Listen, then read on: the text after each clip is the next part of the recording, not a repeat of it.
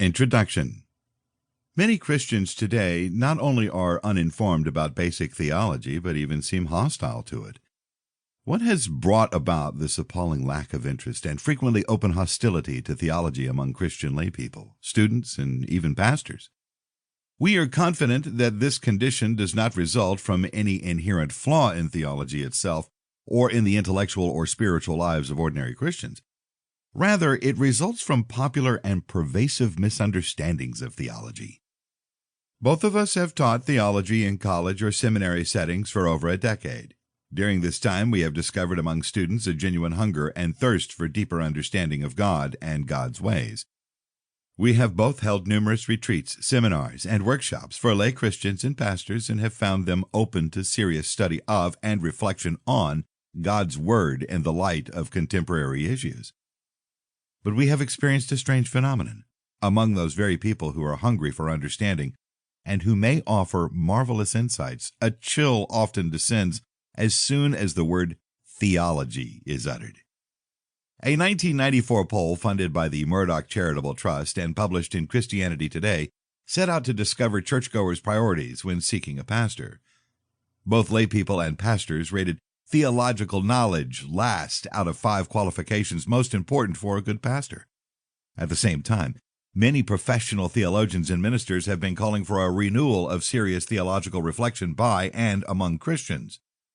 We agree that this is a laudable goal and, if attained, would enhance Christianity's credibility in a world that wants answers to life's ultimate questions. Our decision to write this book arose out of our shared desire to see a revival of sound theological interest and reflection among God's people. We fear that Christianity may be in danger of becoming a mere folk religion relegated to realms of sheer subjectivity and emptied of public credibility, unless lay Christians and ministers catch the vision for an intellectually satisfying Christian belief system. We are also concerned that individual Christians who lack theological literacy and acumen will be tossed about by every wind of doctrine that comes sweeping through our media-dominated culture. From television preachers to spirituality sections of mainstream bookstores, all kinds of strange doctrines, other gospels, are being promoted and accepted by Christians unequipped to evaluate them. We hope and pray that readers will catch a vision for sound theology through reading this book. We are not proposing that they become professional theologians, as we are, or even that they agree with everything we have to say. Rather, we desire that they will become salt and light in a world that desperately needs bright, articulate Christians. We have chosen to dedicate this book to a man we both admire and treasure. Dr. Ralph Powell taught systematic theology at North American Baptist Seminary in Sioux Falls, South Dakota for over 25 years, and we were both influenced by his combination of deep spirituality and intellectual rigor. For me, Roger, Dr. Powell was the person who single-handedly stimulated real interest in theology.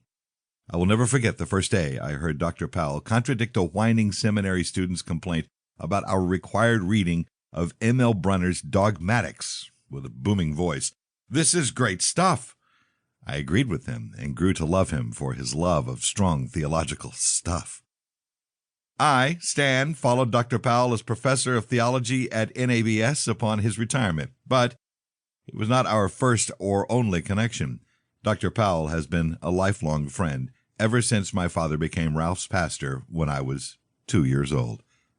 We proudly dedicate Who Needs Theology to our pastor, teaching mentor and friend, Dr. Ralph Powell.